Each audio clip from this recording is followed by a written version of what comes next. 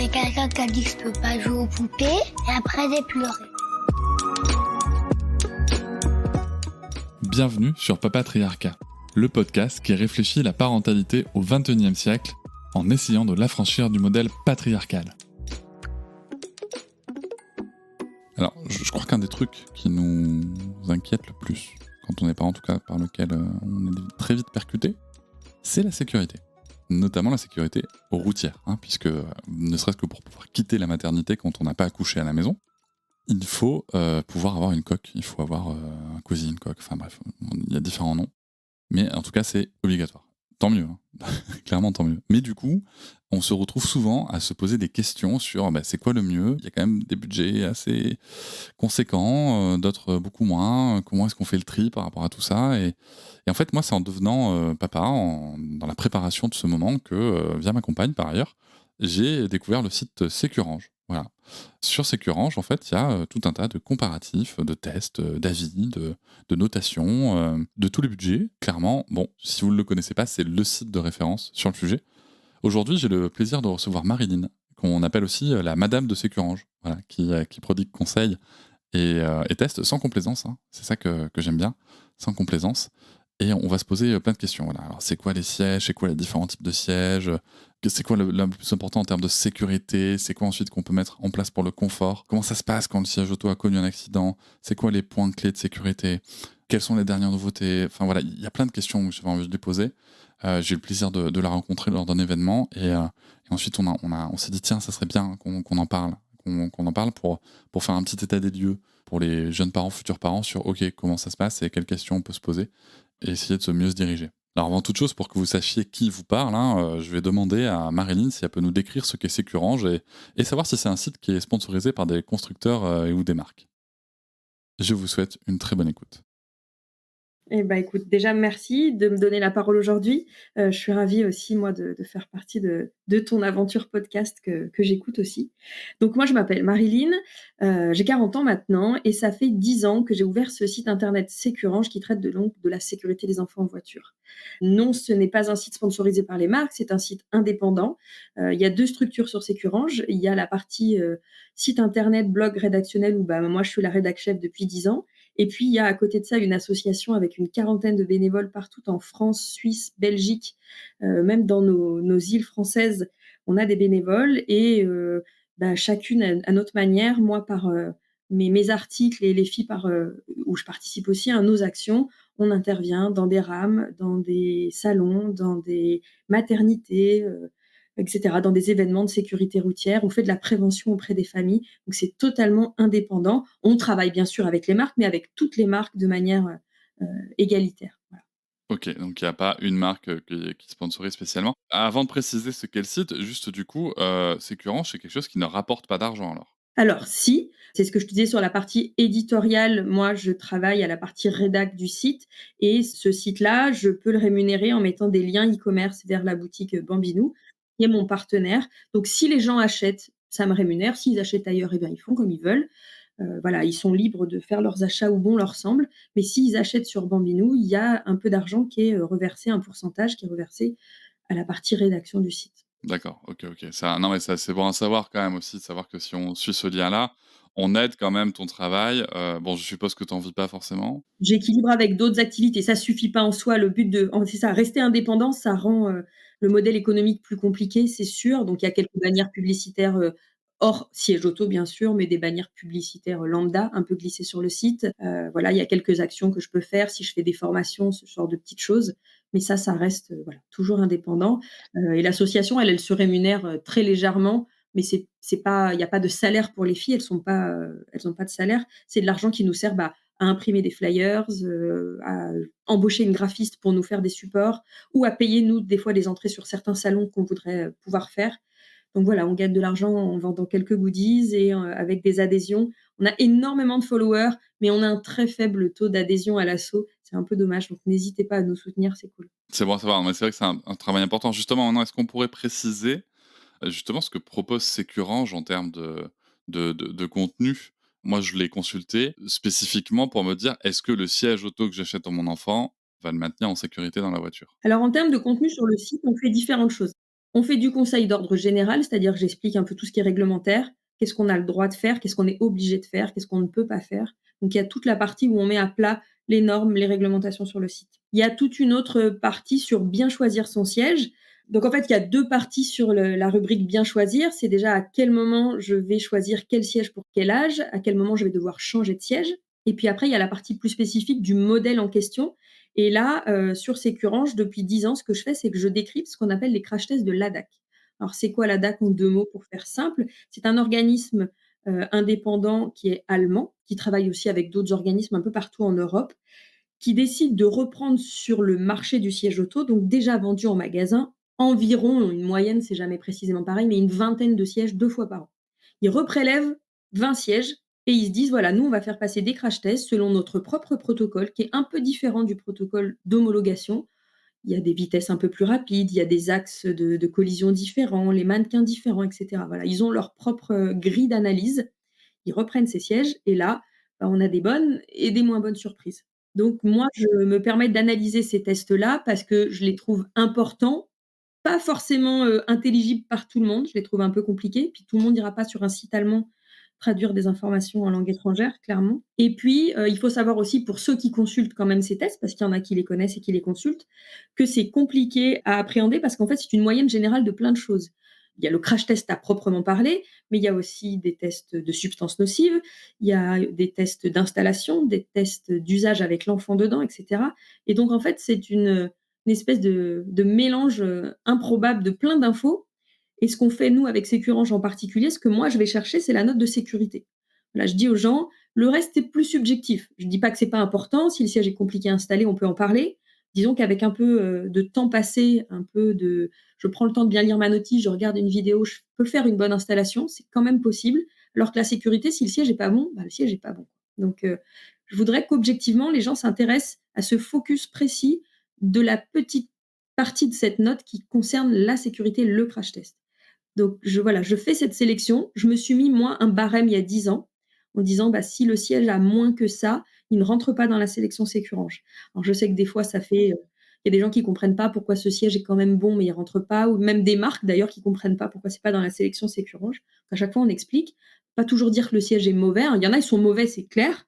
Il y en a, ils sont sur la limite et c'est le concept des barèmes, c'est le concept des limites, et que, bah, effectivement, quand c'est une moyenne, on est obligé d'être, bah, précis, et que même si on est à 0,1 point en dessous, on est à 0,1 point en dessous. C'est le concept d'un barème, et donc on peut ne pas être dans la sélection Sécurange sans être un très mauvais siège.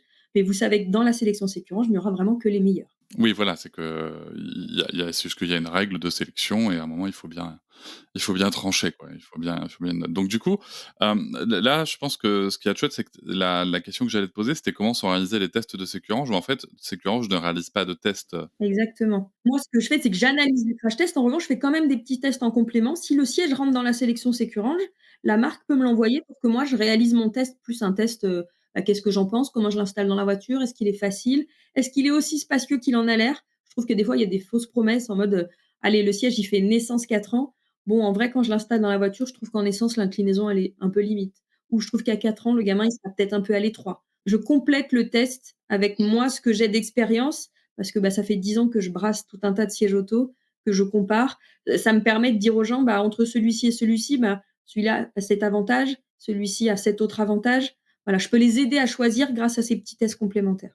Tu parles, des tests de sécurité, tu parles aussi des installations. Moi, j'ai entendu dire que la majorité des problèmes avec les sièges auto, des problèmes de sécurité venaient d'une mauvaise installation. Comment est-ce qu'on peut, se garantir d'une bonne installation? Et bah, c'est une bonne question, ça fait partie des points que je voulais aborder avec toi. En fait, le problème aujourd'hui, soyons honnêtes, c'est qu'il y a une très faible part de gens qui ouvrent leur notice déjà. Donc le taux de gens qui lisent vraiment le mode d'installation, il est faible. Ensuite, éventuellement, ils vont le faire, la première install, et puis si demain ils doivent le désinstaller pour le réinstaller dans une autre voiture, ou le remettre parce que, je sais pas, ils doivent le nettoyer, bon, au moment de la réinstall, clairement, ils vont pas ressortir la notice, et ils vont faire un petit peu comme bon leur semble.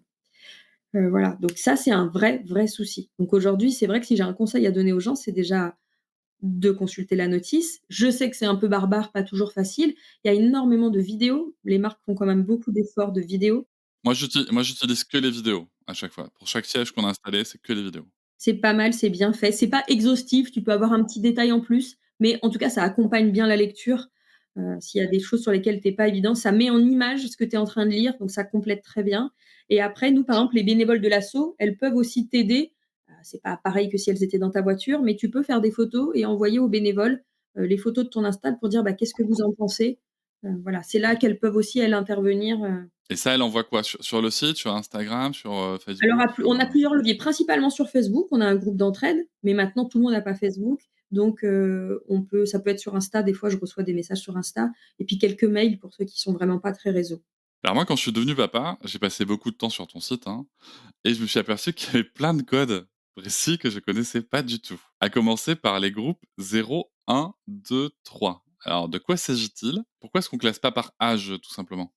Alors, en effet, il y a un mode de découpage pour t'aider un peu à t'y retrouver, parce que les sièges, ça va couvrir donc la naissance, 10-12 ans. Donc, entre tout ça, il va bien falloir un petit peu classer les sièges pour t'aider à t'orienter.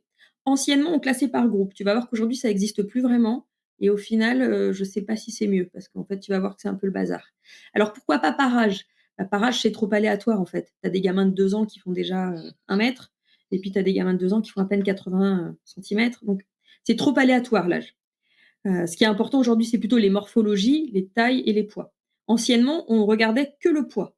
Et pareil, que le poids, c'est trop aléatoire. Tu pouvais avoir un gamin de 2 ans qui faisait déjà le poids très vite, et puis des enfants tout petits qui faisaient le poids très très vite, c'était des gros bébés. Et donc, ça te permettait des fois de passer à un siège de grand beaucoup trop tôt. Donc aujourd'hui, on prend en considération avant tout la taille. Donc on est à peu près sûr que tu fasses la bonne taille pour rentrer dans le siège. Ça, c'est un peu plus factuel comme mode de classement. Pourtant, les groupes, c'est quand même resté un peu dans le découpage commun parce que ça aide un peu les gens à se repérer. Alors, on va rebalayer ça en 2 mots. Tu avais le groupe 0-0+ qui couvrait les coques et les nacelles, donc c'est vraiment les sièges bébés. Donc là, on est sur la tranche en moyenne 0-1 an et c'est aléatoire, hein, ça peut être 10 mois, 15 mois suivant ton gabarit. Ensuite, on va avoir le siège du groupe 1 en lui-même. Le groupe 1, ça va être la tranche justement après la coque, ces sièges qui vont être munis soit de harnais, soit de boucliers, hein, c'est des systèmes un peu à la mode, qui vont aller entre 1 an et 4 ans, donc toujours approximativement. Et ensuite, on va avoir le groupe 2-3 qui est regroupé ensemble, je t'expliquerai après pourquoi, qui sont les rehausseurs. Anciennement, on avait le groupe 2-3 qui regroupait vraiment l'ensemble des rehausseurs, qu'ils soient avec ou sans dossier. Et aujourd'hui, le 2-3 a un dossier et le groupe 3 tout seul, il a plus de dossier. Mais c'est pas ce qu'on recommande. Mais on pourra rentrer dans le détail si tu veux après. Mais là, tu as la vue d'ensemble. Le groupe 0-0+ pour les bébés, le groupe 1 pour les enfants entre 1 et 4 ans, et les groupes 2-3 à partir de 4 ans jusqu'à 10 à 12 ans selon la morphologie de ton gamin. Bah, ce qu'on va faire, c'est qu'on va peut-être développer dans les questions ensuite, un petit peu chaque groupe peut-être, pour revenir sur les détails que tu soulignes. Du coup, par rapport au siège, pour les bébés, enfin aux coques, on peut souvent lire que le siège, dos à la route, donc qu'on appelle communément dos route, hein, c'est le plus conseillé avec bébé. Alors est-ce que c'est vrai? Est-ce que c'est obligatoire? Pourquoi et jusqu'à quel âge? C'est intéressant du coup. Donc oui, sur le groupe, alors il faut savoir que sur le groupe, donc le fameux groupe 0-0+ pour les bébés, là c'est obligatoire. Donc là, tu as pas le choix. Les coques bébés ou même les sièges qui vont regrouper plusieurs tranches d'âge sur la partie bébé, elles seront obligatoirement de route. Là, tu as pas le choix. À l'avant ou à l'arrière, selon ton choix. Parce que souvent, les gens pensent que c'est de route que derrière, enfin que devant, mais pas derrière. Bon, peu importe, devant ou derrière, tant que tu es dans le bébé, c'est obligatoire. Ça a légèrement changé. Avant, c'était une limite max de 9 kilos. Aujourd'hui, c'est 15 mois le minimum. Avec les nouvelles réglementations, on a essayé de faire augmenter ce minimum. Donc du coup, là, on est passé sur une limite qui était en poids par rapport à une limite en âge. Exactement. En fait, pourquoi on préconise le dos route? Il faut savoir que quand tu as un accident en choc frontal, pour toi comme pour les enfants, qu'est-ce qui va se passer? Ce qu'on appelle communément le coup du lapin, c'est que tu es retenu au niveau des épaules par soit ta ceinture, soit ton harnais, et que ta tête, elle est basculée violemment en avant, et donc tu as un étirement des cervicales qui est très violent. Le truc, c'est que chez les enfants, ces cervicales, déjà pour nous, c'est violent, mais pour eux, elles sont pas matures. Et en plus, leur tête est proportionnellement très grosse et très lourde. Donc, en cas de choc frontal, pour eux, le risque, il est vraiment infiniment plus important que pour nous. Donc, on oblige les gens à garder les enfants dos route déjà un strict minimum de 15 mois, parce que vraiment là, ce serait vraiment, ça pourrait être, enfin, c'est des risques mortels, clairement, hein. Après, on a le choix. C'est-à-dire qu'à partir de 15 mois, on va passer sur ce fameux groupe 1 dont on parlait tout à l'heure. Ils existent à la fois dos route et à la fois face route. À partir de là, les gens ont l'option de choisir. faut savoir quand même que c'est vivement recommandé de rester dos à la route et c'est là que c'est plus compliqué pour les gens. Hein, tant que c'est sur le bébé, on va dire que grande majorité des gens le savent. Il y a encore des gens qui bricolent des choses, des coques bébés face-route, bon, on voit des choses improbables. Mais sur cette tranche-là, en général, les gens sont au courant. Après, c'est plus compliqué. Sur la tranche 5-4 ans, expliquer, c'est pas un usage commun chez nous en France de garder les enfants dos à la route longtemps. C'est pas culturel. Alors que ça se fait beaucoup dans les pays scandinaves, par exemple, ou dans des pays comme l'Espagne, étonnamment. Ils gardent les enfants dos à la route plus longtemps. On a peut-être moins de vu que c'est plus culturel, il y a moins d'idées reçues sur la question, donc on pourrait en aborder quelques-unes. La place pour les jambes, par exemple. Les gens sont inquiets de savoir si les enfants vont pas avoir mal aux jambes ou et cetera. Alors que la posture naturelle de l'enfant, c'est d'avoir ses jambes semi-fléchies. Attention, je sais que les gens, tout de suite, ils partent dans les extrêmes, ils vont avoir les genoux dans le thorax, c'est pas du tout l'idée. Un enfant de route dans un siège de route de grand, il a les jambes semi-fléchies. Oui, comme un portage, en fait. Notre enfant, quand on le porte, que ce soit à bras, en écharpe ou en porte-bébé, enfin, de manière physiologique, il a jamais les jambes tendues et il est cool, quoi. Et j'essaye de dire aux gens, mais dédramatisez, regardez vos enfants quand ils jouent au Lego dans la chambre, ils sont à genoux. Vous jouez 3 minutes au Playmobil avec eux, vous en pouvez plus, il faut vous lever. Mais eux, ils pourraient jouer à genoux toute la journée. Leur souplesse et leur confort n'est pas celui des adultes. C'est ce qu'il faut qu'ils gardent en tête. Si on observe nos enfants sur le canapé ou à table, on leur dirait plus souvent assis-toi correctement plutôt que plie tes jambes. Quoi. Donc non, naturellement, ils plient leurs jambes. Donc il y a pas d'inquiétude à avoir là-dessus. En termes de visibilité, pardon, c'est pareil. Les gens ont peur que l'enfant de route ne voit rien, mais l'enfant face route derrière votre banquette, ben, en fait, il voit votre banquette. Ils pensent souvent que les enfants voient comme eux le pare-brise avant, mais en fait, ils voient pas tant que ça le pare-brise, à moins qu'ils soient installés au milieu, mais c'est assez rarissime. En général, les enfants sont sur les côtés. Hein. Donc la visibilité, elle est pas pire quand on est de route, parce qu'en fait, au contraire, ils profitent de la vision panoramique du pare-brise arrière plus ou moins grand selon le véhicule, hein, la lucarne est plus ou moins grande, mais en tout cas, il n'a pas d'obstacle entre lui et l'extérieur et il voit aussi bien sur les côtés que s'il était face route. Sur les côtés, ça change rien. Donc ça fait partie, par exemple, des 2 points les plus souvent soulevés, mais il y en a plein d'autres, comme le mal des transports ou en général, c'est pareil, le mal des transports quand tu es malade en voiture ou en train ou tu es malade. Dans un sens ou dans l'autre, malheureusement, c'est pas forcément lié à la position, hein, pour avoir, vraiment étudié le sujet. C'est vraiment lié aux aléas de la conduite, à la posture, au regard sur l'extérieur, à plein d'autres choses qui rentrent en considération, mais pas le sens en tant que tel. Donc oui, le dos route, c'est 5 fois plus sûr et on le recommande jusqu'à 4 ans. Je sais que c'est pas évident à appréhender, mais c'est 5 fois plus sûr, c'est-à-dire qu'on diminue par 5 les risques de blessures graves. On passe de 40 de risque de blessures graves quand tu es face route à seulement 8 quand tu es dos à la route. Pour l'auditoire, hein, moi, je vais raconter mon expérience personnelle. Je ne suis pas l'élève parfait.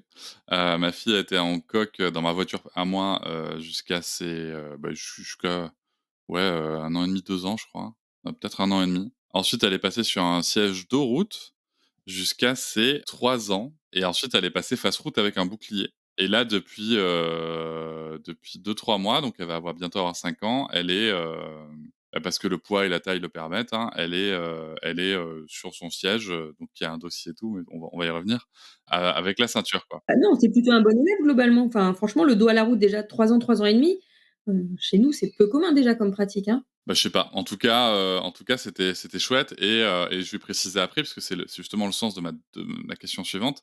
Ma voiture, moi, c'est une Clio 2, tu vois? Une petite Clio 2. Je fais 1,93 m, donc si tu veux, il y a pas énormément de place, tu le sais, on s'est rencontrés, il y a pas énormément de place dans la voiture. Le dos route, ça a été chouette, mais en même temps, en effet, moi, ça a vraiment été un sujet de limite de place par rapport à mon véhicule et justement, ma question, c'est au-delà, tu vois, du dos route par rapport à la taille de mon enfant, c'est imaginons demain, j'ai un autre enfant. J'ai un autre enfant, donc je suis dans une Clio 2. Derrière moi, autant te dire que la place, il y a pas la place pour une coque, de toute façon. Même un cosy bébé, tu mettrais pas ouais, ça passe pas derrière toi. Ah, je pense pas, hein. Vraiment, je pense pas. Tu sais, dans une Clio, 1,93 m devant, ça fait pas beaucoup de place derrière, hein. Est-ce que j'ai le droit de mettre, le bébé devant? Parce que ça, ce sont des choses que j'ai déjà vues. Je pense pas que ma fille, mine de rien, la plus grande, puisse aller devant. Ça, j'ai jamais vu. En tout cas, pas conseillé. Donc, est-ce que j'ai le droit de la mettre devant? Quel enfant je mettrais? Donc plutôt le bébé ou la grande et comment? OK, alors la règle du passager avant, elle est simple si on repose, les règles. En fait, on a le droit de mettre un enfant devant sous certaines conditions. C'est pas la place la plus sûre déjà. Si on a le choix, c'est toujours mieux derrière, mais si on doit le faire devant. Elle est forcément plus proche de la collision potentielle. En fait, c'est surtout ça. Donc, si tu vas installer devant, tu peux mettre un siège déjà dos à la route, parce que la position en tant que telle est plus sûre. Donc, un siège dos route devant, tu peux, que ce soit un siège bébé ou un siège de plus grand d'ailleurs. Du moment où il est dos route, que tu peux désactiver l'airbag, parce que c'est très important de désactiver l'airbag passager quand tu fais ça, tu peux. Mais t'hésiteras pas, par exemple, à essayer de reculer un peu la banquette. Si tu peux l'éloigner du tableau de bord, c'est mieux. Ensuite, tu as le droit d'installer un plus grand devant éventuellement, à condition que toutes tes places arrière soient déjà occupées. Genre, tu as 3 enfants et tu as que 2 places arrière, tu as le droit de mettre un enfant devant.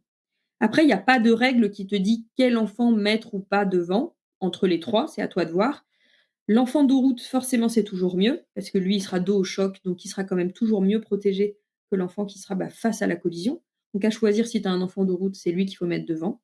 Et après, si tu as plus que des enfants face route, bah, tu mettras ton plus grand dans son réhausseur, hein, avec son siège, à l'avant. Mais oui, si tu as une place de libre à l'arrière, tu pourras pas mettre la plus grande devant. Mais est-ce qu'on considère que toi, étant très grand, cette place, elle est, tu vois? Je sais pas, en fait, Ah ça bah, c'est-à-dire que si je me fais contrôler par des gendarmes, je vais juste leur dire: «Bah, allez-y, asseyez-vous, on va voir c'est ce qui va ça. se Tu passer». pourrais prouver que techniquement, tu as pas la place. Puisqu'avec un véhicule commercial, ils considèrent que tu as pas de place, par exemple. Oui, tout à fait. Je pense aussi aux vannes et tout parce que, moi, c'est un projet que j'ai, si tu veux, d'avoir peut-être un van ou un utilitaire aménagé et voilà et me dire: «OK, comment on fait? Comment ça se passe?»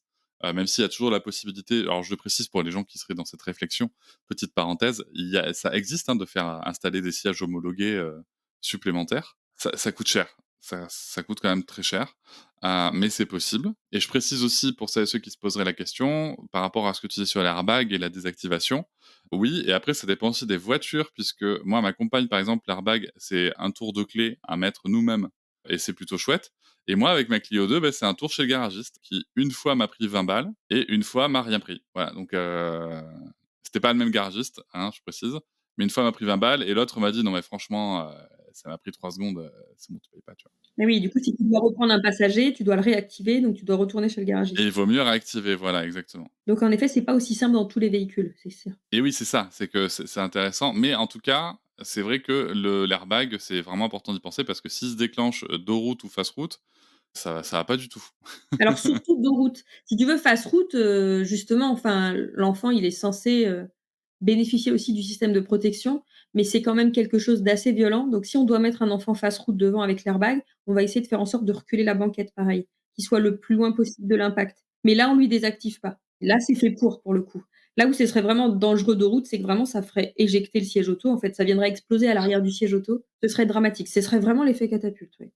Quels sont les points clés de sécurité, qui sont essentiels? Alors, on va essayer de faire catégorie par catégorie peut-être parce que je sais pas si ça change ou pas, mais genre, tu vois, voilà, pour la catégorie 0, en tout cas les coques et tout, c'est quoi les points clés essentiels? Alors les points essentiels, qui me viennent en tête, par exemple sur la coque, il faut savoir que souvent les gens inversent les ceintures quand elle est fixée avec la ceinture. Donc on a 2 modes de fixation pour la coque, soit, on la fixe avec la ceinture de la voiture classique, soit avec une base Isofix. Si on a le budget de la base Isofix, c'est très bien. C'est une base qu'on va mettre dans la voiture, qui va être verrouillée à la voiture et on n'aura plus du tout besoin de la ceinture. On va poser le siège sur la base, clic, c'est fini et c'est très bien. En revanche, si on n'a pas le budget, faut pas se culpabiliser parce qu'un siège fixé avec la ceinture, c'est aussi sûr. Seulement, ça vous demande des manips. Et qui dit manip dit bah, risque d'erreur. C'est surtout ça, en fait. Hein. Et donc, ce risque d'erreur, il est commun, puisqu'en fait, on a 2 ceintures à passer, celles qui sont sur toi, la ventrale et la diagonale. Et souvent, les gens inversent la ventrale et la diagonale. Donc, le moyen mémotechnique simple, c'est celle que vous avez, vous, en ventrale sur vos jambes, c'est celle qui passera sur les jambes de bébé. C'est la première qu'on va mettre, c'est celle que d'habitude tu boucles toi autour de ta taille. Là, tu vas la boucler au-dessus du siège, au-dessus des jambes de bébé. C'est la première. Et la diagonale que tu as d'habitude toi sur le thorax, et ben là, elle va faire le tour de la coque par derrière. Donc, il faut vraiment garder ce petit moyen en tête puisque c'est une erreur la plus commune et la plus grave, on va dire. Pour vous aider à visualiser, pensez bien qu'on est dos route, hein, d'accord? C'est pour ça qu'on peut mettre la ventrale sur les jambes et la thoracique, à l'arrière de la coque. Tout à fait, tout à fait. Autre petite information, par exemple, qui peut paraître un détail, mais qui est très importante et qui est très peu connue, c'est la poignée qui te sert à porter ta coque ou ton cosy d'habitude, qui est souvent rabattue au niveau de la tête de bébé parce que c'est plus pratique pour l'installer. Une fois qu'on a fini l'install, on doit redresser la barre en position haute parce qu'elle va servir à empêcher le rebond, c'est-à-dire empêcher le cosy de venir s'écraser sur le dossier de la banquette.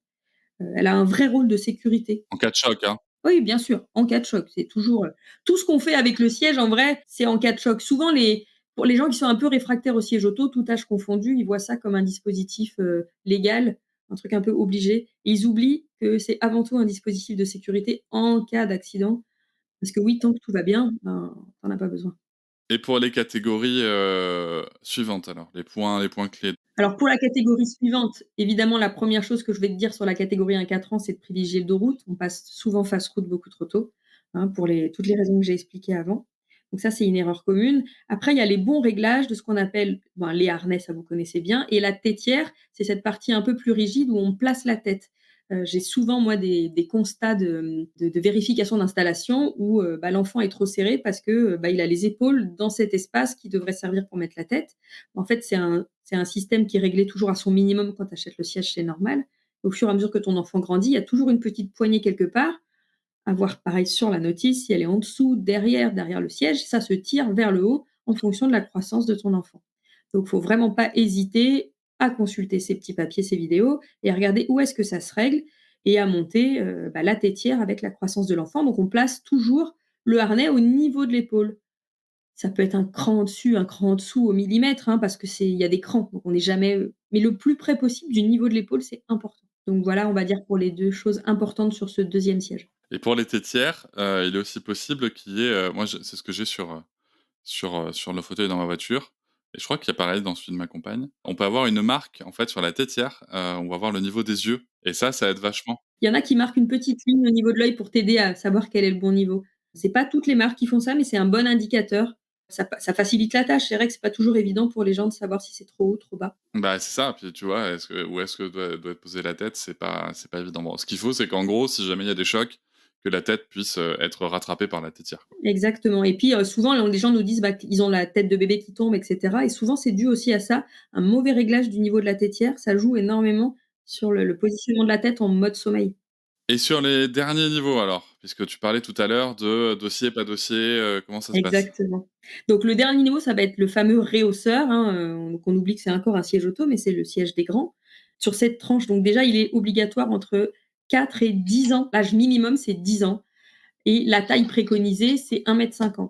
Donc évidemment, si à 8 ans, ton enfant fait déjà 1,50 m, plus besoin du siège. Mais il faut, dans l'idéal, avoir les 2. Donc que ton enfant soit assez âgé. L'âge, ça compte pour 2 choses. Ça compte pour sa maturité, osseuse, puisqu'on développe, une forme de hanche propice à l'usage de la ceinture. Comme un petit rebord qui vient se développer au niveau des hanches, qui va faire que ta ceinture vient vraiment bien se poser. On s'en rend pas compte, mais la ceinture, elle a été conçue pour des hommes adultes d'une certaine corpulence et non pas pour des enfants. Donc oui, la ceinture, ça protège, mais à condition qu'elle soit bien placée. Donc le réhausseur, il va bien placer cette ceinture au bon niveau. Et quand je te dis les hommes, non, je rigole pas, c'était pas une erreur de langage, elle a été conçue sur des mannequins hommes, mais pour des hommes à la base. Donc potentiellement un gabarit d'une petite femme d'1,50 m comme moi, la ceinture est pas toujours bien adaptée suivant le véhicule, souvent d'où elle arrive en diagonale, sur les places arrière parce qu'elle est pas souvent placée au même endroit. Donc oui, elle est pas forcément bien adaptée à moi comme elle est pas adaptée aux enfants. C'est une réalité. Donc ça, c'est bon et c'est important à savoir. Juste un hausseur sous les fesses? Donc juste le réhausseur sur les fesses, bah, qu'est-ce que ça va faire? À part te rehausser de quoi? La hauteur d'un réhausseur, c'est quoi? C'est une vingtaine de centimètres. Bon, si c'est que 20 centimètres qui te manquent pour la ceinture, elle sera peut-être bien placée, mais il faut savoir qu'un réhausseur avec dossier, en général, il se règle de 1 m à 1,50 m. Donc tu as plutôt un gap d'évolution de 50 centimètres là, pour le coup et donc tu vas pouvoir guider il y a toujours un petit guide ceinture au niveau de l'épaule sur les dossiers et donc, à fur et à mesure que tu vas monter le dossier en hauteur, eh ben, tu vas faire aussi monter la ceinture pour qu'elle soit toujours idéalement placée sur l'épaule de ton enfant. Donc, le dossier, il sert principalement à ça, mais il va aussi servir à te protéger sur les côtés. Hein, la collision latérale, c'est pas rien. Mais sans dossier, en cas de collision latérale, bah, tu prends la portière et la vitre. C'est pas rien, on n'y pense pas. Et la position de sommeil, on en revient à la position de sommeil, mais un enfant bien positionné sur un réhausseur bas, éveillé, tout va bien. On va se dire, oh, il a bien la ceinture, tout va bien.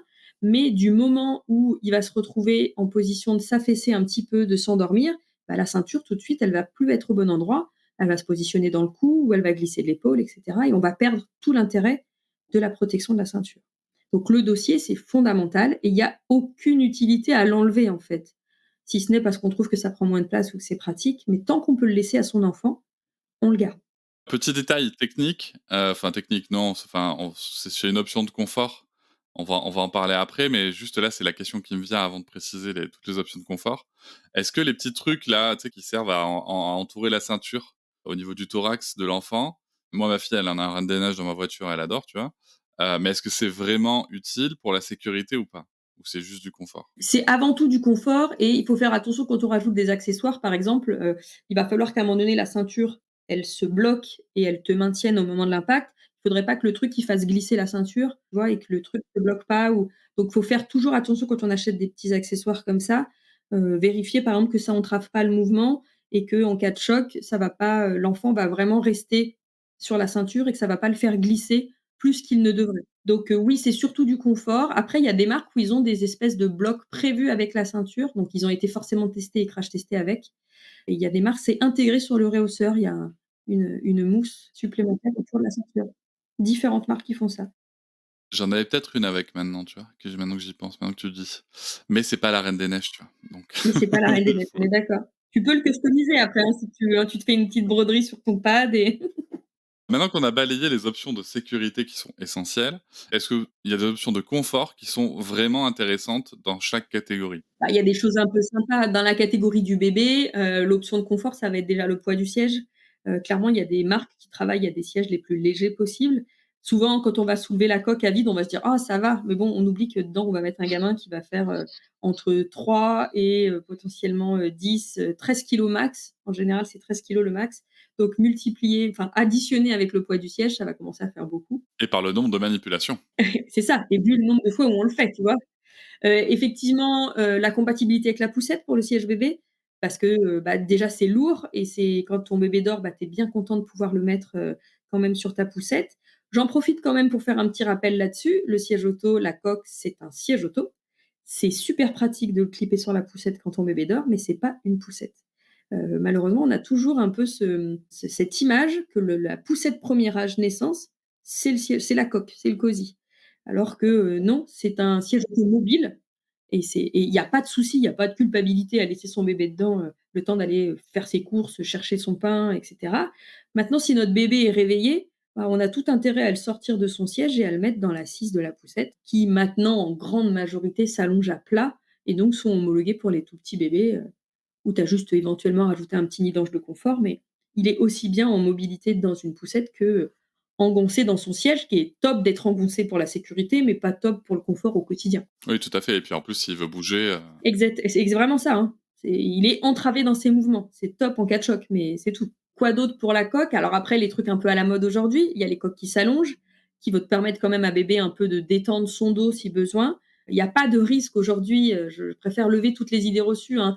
Une coque semi-inclinée, c'est plutôt une bonne chose en termes de sécurité. Il y a pas de risque d'arrêt respiratoire si on a bien installé son bébé dedans. Il y a plein de choses qu'on entend à pas plus de 30 minutes, pas plus.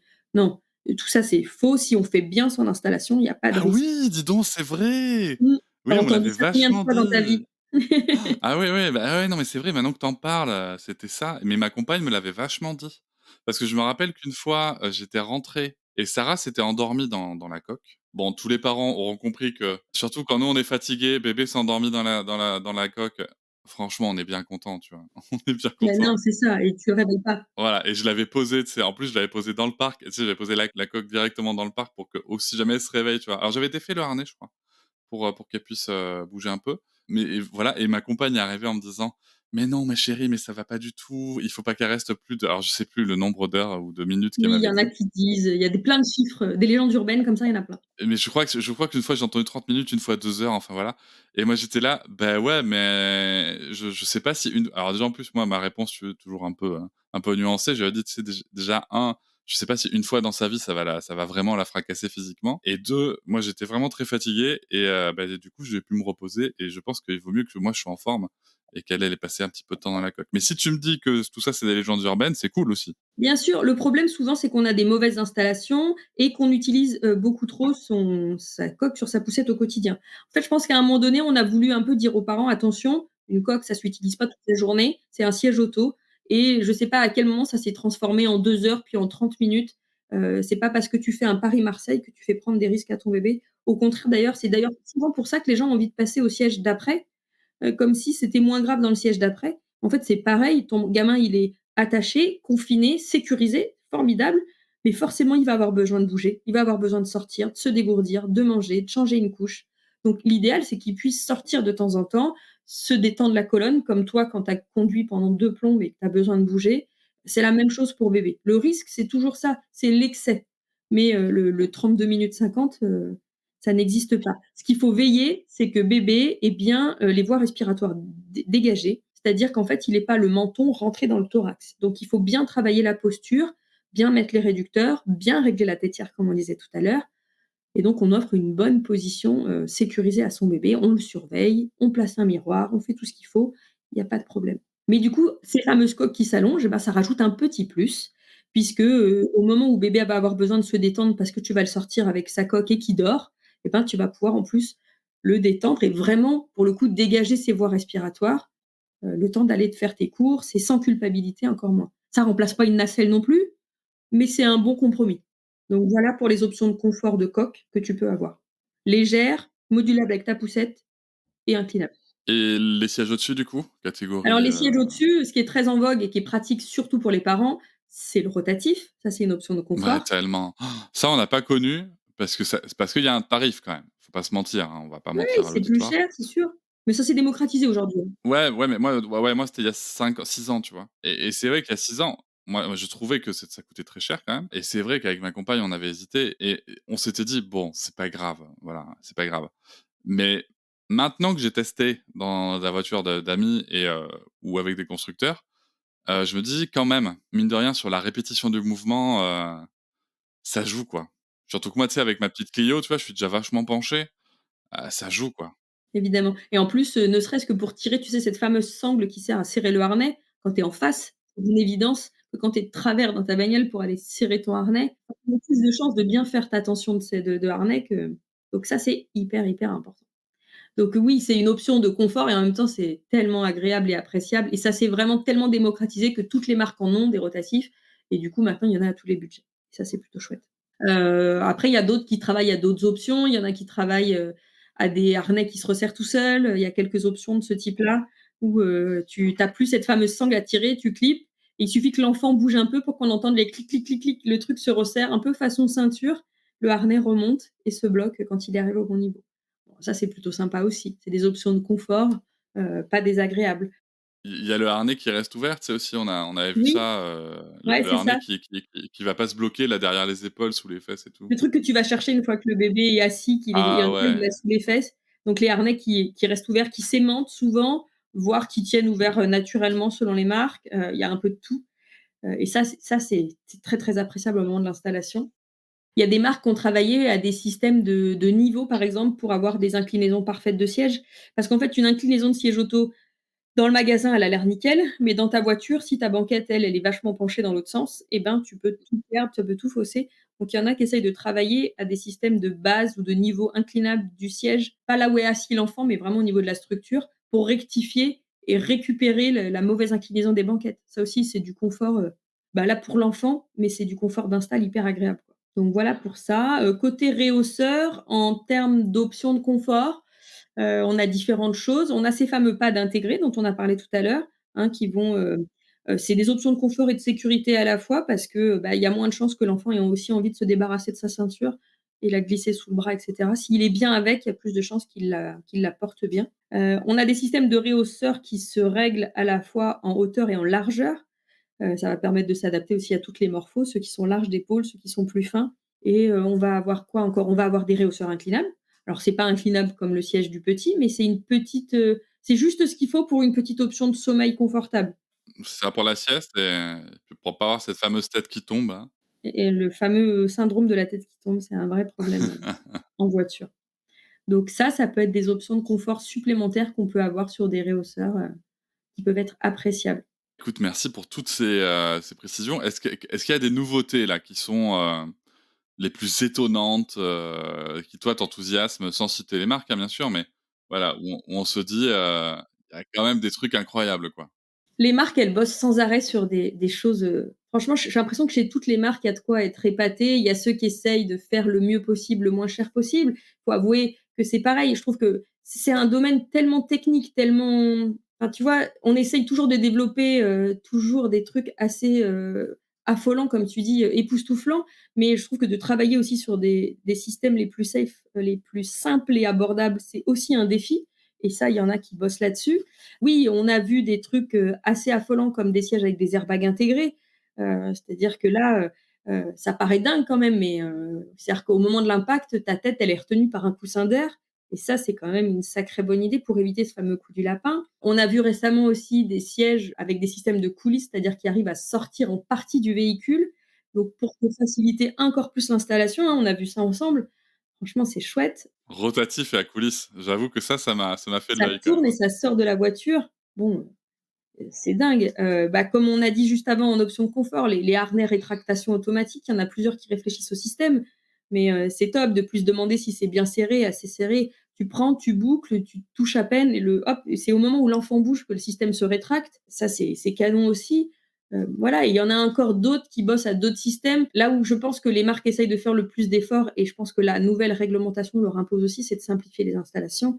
L'isofix, c'était déjà prodigieux, mais après, il y a d'autres trucs qui rentrent en ligne de compte. Donc, quand ils mettent des indicateurs qui bipent, des indicateurs de lumière, tu as de moins en moins à réfléchir pour te demander si c'est OK, quoi. Il y a tout qui s'éclaire et tu sais que s'il y a le moindre voyant rouge, c'est que tu as raté quelque chose. Donc, les marques bossent beaucoup à réduire les mauvaises installations, c'est certain. Et petite question, tu sais, d'ailleurs confort, je reviens sur le confort. Les tissus, parce que il y a quand même des sièges où il peut faire très chaud quand même. Nous, par exemple, dans ma voiture, donc Sarah avait un bouclier. Alors elle adorait le bouclier, mais pour moi, le seul, défaut, c'est que quand même l'été, dans une voiture qui n'est pas climatisée, c'est elle me disait quand même très vite qu'elle avait chaud et c'est vrai qu'elle était en nage et qu'elle était trempée sous le bouclier. Mais je pense à ça parce qu'en effet, j'ai vu, en regardant, tu vois, en préparant l'épisode, certaines marques qui mettent en avant des tissus qui respirent et cetera. Est-ce que ça, c'est que du marketing ou il y a sans citer les marques, hein, ou est-ce qu'il y a vraiment des trucs où on se dit: «Ça fait une différence»? Non, il y a des efforts de fait dans cette direction. Après, je suis pas sûre encore que ce soit prodigieux en termes d'effets, mais il y a vraiment en tout cas une volonté. Il y a de plus en plus de marques qui essayent en effet de faire des coques perforées et des tissus respirants pour que ça circule mieux. Donc c'est forcément toujours un plus. Après, ça reste un espace assez enclavé, quoi. Donc forcément, tu chauffes. Après, il y a des accessoires qui sont disponibles pour ça. Alors, il y a la housse éponge de base que déjà tu peux trouver. Je pense que la majorité des marques a sa housse éponge. Et puis, il y a d'autres marques qui ont fabriqué des espèces de petits coussins qu'on rajoute sur le siège, qui sont micro-aérés, en éponge dessus et aérés dedans. Je pense que parmi ma communauté, c'est à peu près l'accessoire qui est le plus plébiscité. Pareil, hein, c'est pas parfait. Si ton enfant transpire, il transpire, mais au moins, il sera pas dans l'humidité. C'est absorbé et ventilé, quoi. Je conseille pas mal les accessoires, c'est assez bien. Alors, une question ensuite qui me semble aussi très, très importante parce que, parce qu'il y a aussi un marché de l'occasion du siège auto et que parfois on ne sait pas si le siège a connu un accident ou pas et que ça peut être compliqué. Alors, du coup, ma première question, c'est est-ce que je peux garder un siège auto s'il a connu un accident? Est-ce que je peux le réutiliser? Alors ouais, excellente question. Non, surtout pas. En fait, un siège auto accidenté, c'est un siège auto qui a fait son job. Il a fait ce qu'il fallait, ce qu'on attendait de lui. Il a assuré la sécurité de l'enfant. C'est pas certain qu'il soit au maximum de ses capacités la prochaine fois. Et même si ça se voit pas à l'œil, enfin visuellement, hein, ça ne se voit pas toujours. Ça peut être des micro fissures à l'intérieur. On n'a aucune garantie qu'il sera efficace la prochaine fois. Donc vraiment, à partir, alors attention, hein, ne pas, j'ai l'extrême inverse non plus, il faut pas psychoter dès que vous avez pris un trottoir ou sur une marche arrière et vous avez cogné la voiture derrière, on n'en est pas là. Mais du moment où vous avez bloqué la ceinture, où il y a une déformation de la tôle ou voilà, posez-vous la question, essayez d'analyser, n'hésitez pas à contacter, le constructeur de votre siège, savoir ce qu'il en pense, lui expliquer la situation, la vitesse à laquelle vous rouliez et cetera. Et n'hésitez pas aussi, en cas d'accident, de l'indiquer sur votre constat que vous aviez des sièges. Parce qu'au niveau de votre assurance, derrière, bah, il va falloir en Ah discuter oui, ils avec peuvent les couvrir. Ah oui. exactement. Donc il va bien falloir marquer sur le constat que vous aviez des sièges auto à l'intérieur et vous allez devoir certainement un peu batailler, parce que l'assurance va vous dire que non, il n'y a pas de souci. Enfin, pas toutes, hein, mais beaucoup essayent de se défausser là-dessus ou va vous faire venir un expert qui va regarder votre siège vite fait en vous disant: «Non, non, tout va bien». Il va falloir certainement batailler en leur expliquant que est-ce qu'ils sont prêts eux-mêmes à s'engager sur la qualité du siège au prochain accident? En général pas.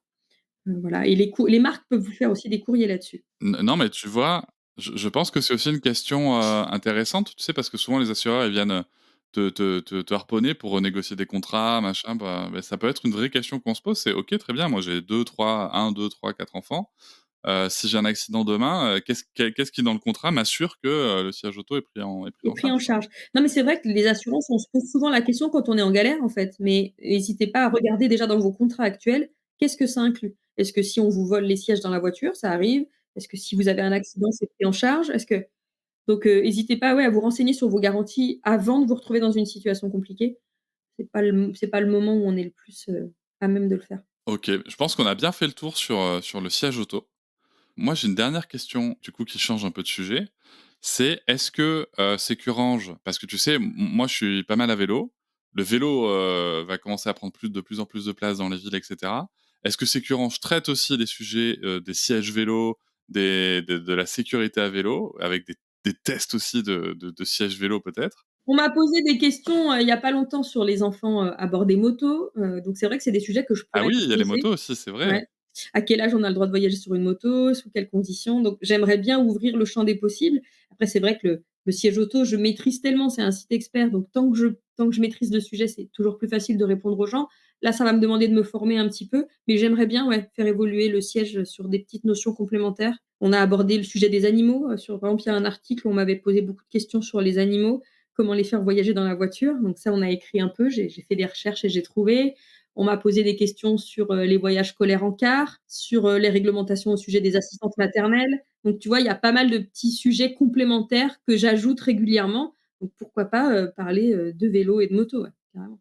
Bah, très bien. Il me tarde de voir toutes ces évolutions. Merci beaucoup, Marilyn, autrement connue comme Madame de Sécurange, qu'on peut retrouver bien sûr sur le site, sur les réseaux sociaux. Tous les liens seront en description de l'épisode. Merci beaucoup. Je précise avant de nous quitter que si vous souhaitez réagir, si vous avez des questions complémentaires peut-être, alors je vous invite à aller les poser directement sur le site, mais ou si vous avez des expériences dont vous voulez nous faire part ou autre, témoigner, vous avez le lien aussi en description de SpeakPipe, hein, qui vous permet d'enregistrer un audio de 5 minutes pour venir donner votre avis, d'accord, pas d'accord, ou poser des questions potentiellement. Et si jamais c'est vraiment une question très très compliquée, je laisserai Marilyn répondre et je diffuserai ça à côté. Merci beaucoup Marilyn pour ton temps et pour tous tes chouettes conseils. Merci à toi. Je vous remercie de m'avoir écouté. Je vous invite à vous abonner au podcast sur votre plateforme préférée et à me retrouver sur Instagram, TikTok, Facebook et sur le blog papatriarca.fr. À bientôt.